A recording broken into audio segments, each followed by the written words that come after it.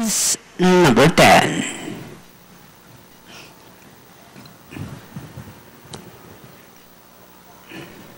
Racing just started looking for a blistering speed at the start of the race, and there's the speed I'm talking about, courtesy of Nemesis, Iconic Cat, Kaiser's Lottery, then comes Chevron, then next online now is Caramel, Little Miss Hotshot, Will Be Humble is the only trainer by about 12 lengths of the leader. Racing down the next range with the fast is stepping Nemesis on its favorite position as the pace setter, enjoying a 2 lengths lead. Iconic Cat in second, Kaiser's Lottery is still in third, Chevron is done in fourth, then comes Caramel, Be Humble second last, while Little Miss Hotshot now racing in last. Another far turn we have Nemesis is still in control, enjoying a 2 lengths lead. Iconic Cat, Kaiser's Lottery now moving up on the outside, then comes Chevron next online, Caramel, Be Humble,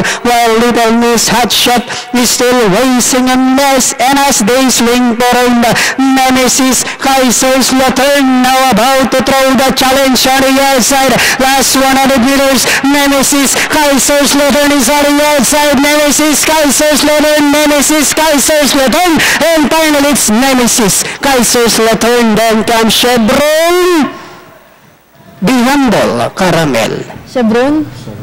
Number 3? Number 2?